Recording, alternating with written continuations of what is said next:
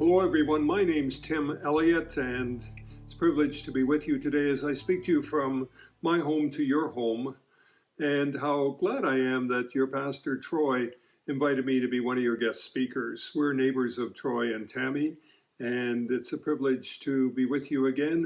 It's nice to have been asked, and it's nice to be asked to speak to you again, and I always like to use music, which is a real gift, and it's a wonderful time of the year as we look forward through this season of Epiphany to the showing forth of God's glory.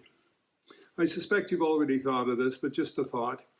While you are in this period of sabbatical and transition, don't forget to say a word of appreciation and acknowledgement to those folks who are keeping things going and holding the fort as the community stays together in this time. So, did you hear about the plans for Lake Huron? It's been a busy week with the news, and I'm not sure you've caught up with this, and it's a bit top secret, but let me tell you what I know. And that is that they brought a submarine down from the Arctic to go into the middle of Lake Huron and down to the deepest point, which is about 120 feet straight down in the exact middle. And this submersible from the Arctic has a crane on it and a big winch and all kinds of other technology, and it will hook onto the plug at the bottom of Lake Huron, and gradually, as the submarine rises, it will pull the plug from the bottom of the lake and drain the lake, and the submarine will just vanish quickly as the water runs down the drain and they empty Lake Huron. They'll give it a couple of days to dry out, and then the Army Corps of Engineers in the US and the Canadian Armed Forces have commandeered every earth-moving vehicle in the vicinity, north, south, east, west, from the four corners of Lake Huron, and they're going to begin this massive, massive process of hauling in to fill the entire lake from the Sioux, Detroit, Sheboygan, Goderich, Sarnia. They're going to fill the whole lake with vanilla ice cream. And that's going to take a couple of weeks, and they've been hoping for a deep freeze, which we have now, which will be perfect for the ice cream. And then the water bombers from the West Coast and the forest fires are idle at the moment, so they're going to be all loaded up, and they're going to fly in at very low altitude and spray the ice cream in Lake Huron with chocolate sauce. And then the world's largest helicopter, it's actually from Russia, is going to be coming over, and it will be carrying from Toronto, where they've constructed this in top secrecy, a 40-ton maraschino cherry. And the helicopter will take the maraschino cherry and drop it right in the exact middle of Lake Huron. And it will be a wonder of the world. Now, what did we just do? What did we just do? We used our imagination, didn't we? You used your imagination, I used my imagination, and we visualized in our imagination the impossible. That's impossible. And yet we could actually visualize that, couldn't we? It's crazy. That sketch came from an American humorist and advertising executive named Stan Freberg, who developed that story. I've adapted it for current circumstances, but he adapted that idea of draining a lake and filling it with ice cream for radio owners who were worried in the 50s that advertisers would move to television because it would be better for people to see things than to advertise on radio. And he used the power of the imagination to communicate the idea that that is much more powerful, actually, than visual images. The power of our imagination to visualize the impossible. So that's my theme today. My theme is imagination, wonder. I wonder how it is that we can imagine the impossible. To imagine the impossible.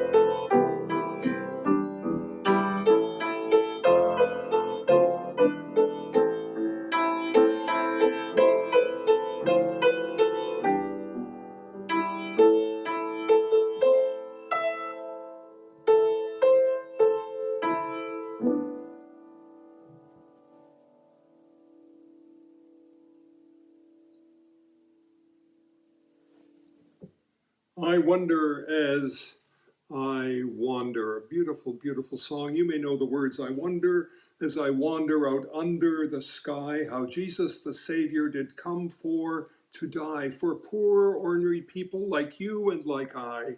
I wonder as I wander out under the sky. When Mary birthed Jesus, 'twas in a cow's stall, with wise men and farmers and shepherds and all. But high from God's heaven a star's light did fall, and the promise of angels it then did recall. If Jesus had wanted for any wee thing, a star on the sky or a bird on the wing, or all of God's angels in heaven for to sing, he surely could have them, 'cause he was the king. Played that song because I love the idea of wandering and wondering. Wondering and wandering. It could be your theme song at Avon in these days. And I'd hope to play it with Serena Erb, she on the violin, me on the piano, but it wasn't meant to be. Maybe another time. Beautiful, haunting melody. And you may know the story of the song. It was discovered in 1933 by an American folklorist named John Jacob Niles. And he was researching Appalachian folk music in North Carolina, and he came to a small town, Murphy, North Carolina, and there in the center of the town there was a commotion because there was a revivalist preacher and his family camped out in the town square, hanging their laundry on the fountain. And the police and the town authorities ordered them to leave town.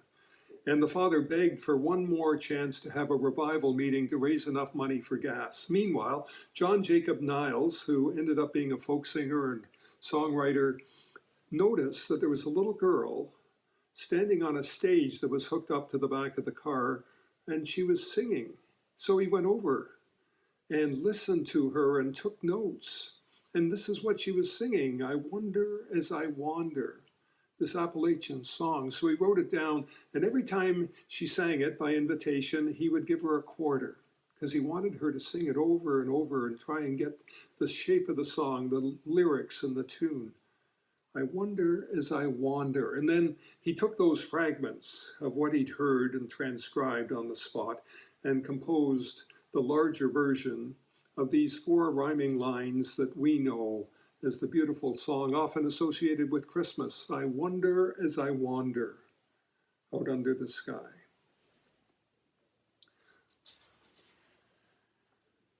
So we're wondering, folks, these days about how this is all going to end. And we're thinking about wondering this morning. And of course, in the Christmas season, there's a lot of references to wonder, isn't there? Like in We Three Kings, Star of Wonder, Star of Light. And then What to My Wondering Eyes Should Appear, from Clement Clark Moore's famous poem, A Visit from St. Nicholas. While mortals sleep, their angels keep their watch of wondering love, from A Little Town of Bethlehem. And enjoy to the world the wonders of his love, wonders of his love, and wonders of his love, and wonders of his love. Wondering, this season, Christmas, that now moves into the season in the Christian year called Epiphany, Epiphanos, the showing forth, epi, all over, phanos meaning light, the showing forth of the light all over the world. Wondering makes me think about questions and curiosity, about being open and not closed, our God-given gift of imagination and curiosity. What is it to wonder? My dictionary defines it this way: a feeling of surprise mingled with admiration caused by something beautiful, expected, unfamiliar, or inexplicable. I love that definition. Surprise mingled with admiration caused by something beautiful. To wonder. To wonder is to be open and not closed, and it is to allow our hearts and minds to be open, to wonder about things, to ask questions, to be curious. I've been intrigued with how Jesus taught. Jesus taught by questions and by wondering. by imagining with another person, another way of life, another form of life, a freedom from bondage or disease or injury or limitation. Jesus taught by wondering and by questions. In fact, the only reference to Jesus between his presentation in the temple and his baptism by John is when, after 3 days of fruitless searching, his parents found him in the temple in Jerusalem when they went every year. When he's 12 years old, they find him in the temple. And what is he doing? He's with the teachers. He's sitting with the teachers, and he's listening to them and asking them questions. He's wondering, he's exploring, his mind is open as he understands the importance of our open minds and our open hearts by asking questions, by wondering, and by being able to use our imagination. I suggest we all could, as persons, benefit as members of our communities, as individual persons, as citizens of this fragile earth, our island home, from wondering, using our imagination to imagine the impossible and work toward that. Work toward that. Imagine a future. Remember the words of the prophet Isaiah from the 11th chapter, verse 6, "The wolf shall live with the lamb. The leopard shall lie down with the kid, the calf and the lion, and the fatling together, and the little child shall lead them." The prophet imagining the impossible. Well, who has wonders? Well, a little child shall lead them. Children have wonder. Children have curiosity. How do children learn about things? By asking questions, by using imagination. The world of the imagination for children is so rich and powerful, and we still have that. We still have that as adults, don't we? And it's the power of the imagination. And Jesus said that unless we become like children, which to me means the gift of imagination and wonder and questions and curiosity, we will not be able to enter into and understand and comprehend and receive the gifts of his realm of love and grace. So who can we think about who's imagined the impossible? I mean, how does that work?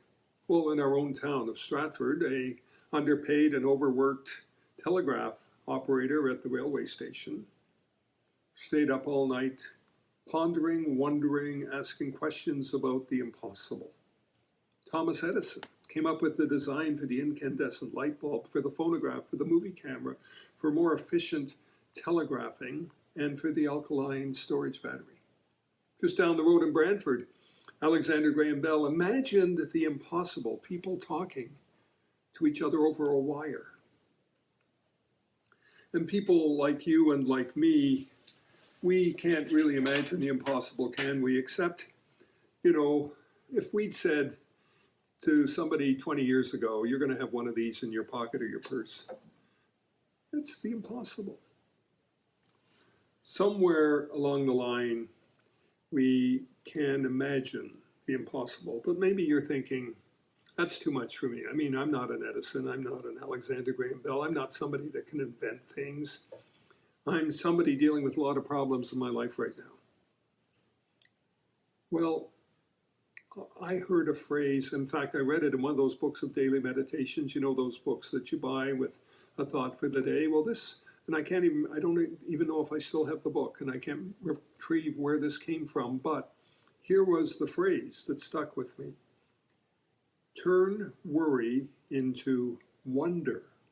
Turn worry into wonder. When you're worried about something, turn it into wonder. Instead of I'm worried about how it might turn out, I wonder how it's going to turn out. For example, I was to preach at the funeral of a woman that I knew from my congregation, and I was all set with what I thought was a really good sermon, except that her son stood up just at the beginning and recited a whole list of wonderful things about his mother, none of which I knew. And I thought I knew this woman, and I had a sermon ready, but the sermon wasn't going to work. And I was worried. But I had some time. I had some time to think, and so I tried to turn, and I did, in fact, turn worry into wonder. Said that I'm worried about my sermon now. I wonder what I could say that would be helpful. As I opened my mind, these words came into my mind. No kidding. This phrase came into my mind. All the things you are. It's a title of a wonderful song and a lyric from a beautiful piece of music called All the Things You Are by Jerome Kern, K-E-R-N. The lyric is by Oscar Hammerstein II. All the Things You Are. It's a beautiful piece, one of my favorites. But that came into my mind, and so I stood up when it was my turn and just talked from wonder about all the things you are, all the things we are, all the things this woman was that we didn't know, all the things you are. Was an amazing thing. And I'm wondering what it would be like if we stopped worrying about how this is going to end, this terrible time we're going through, and turned it into wonder. And not just I wonder how it will end and all of that, but what else should we and could we be wondering about? For example, as persons, what are you wondering about? What am I wondering about? What is God calling us, inviting us to wonder about these days? As a community of compassion and hope and belonging, what are the questions that you're wondering about? And turning worry into wonder, we can go from closed to open to be available for God's inspiration and to use our gifts of imagination. I wonder what your new home will look like, for instance. I wonder what more you will be doing in the community. And how about our troubled world? What would it be? I wonder what it would be if communities of faith and hope and compassion like this one were to join together, as so many do, but we're often in our own denominations, in our own worlds, and in our own silos. What would it be for us to join together and work with agencies and government and the business sector to work for a world in which there is clean water and ample food and security and housing and opportunity and education for the whole human family? And that's seemingly impossible, but we can imagine the impossible. And we can imagine what it would be like, can't we? We can actually imagine what it would be like if there was enough food and clean water and education and health care and security and jobs and housing. You know what that is in your own imagination. And wondering and imagination lead us to the next step, which is, what are we going to do about it? How can we work together? Well, of course, you can say, well, these are just ideas. But for Edison and Alexander Graham Bell, who imagined the impossible, it was hard work. It was tough slogging. It was sleepless nights. It was endless failed experiments. And look what we have now. So as you continue to live into your covenant of belonging, and encounter and growth being open, keep asking good questions and keep practicing your God-given gift of imagination and curiosity and wonder. Outside Christ Church Cathedral in Vancouver, there was a big sign that said, "Open minds, open hearts, open doors." To be open with questions and wondering, using our God-given gifts of imagination. And so the question is, what are you called to wonder about? What questions are you asking yourself? What opportunities are there in front of you that you could exercise imagination and wonder and work on with the facts and the realities and the givens of your life to put something together so that all of God's children may enjoy the blessings of freedom and peace, security, justice, and love? It's a privilege to be with you this morning. Go with God.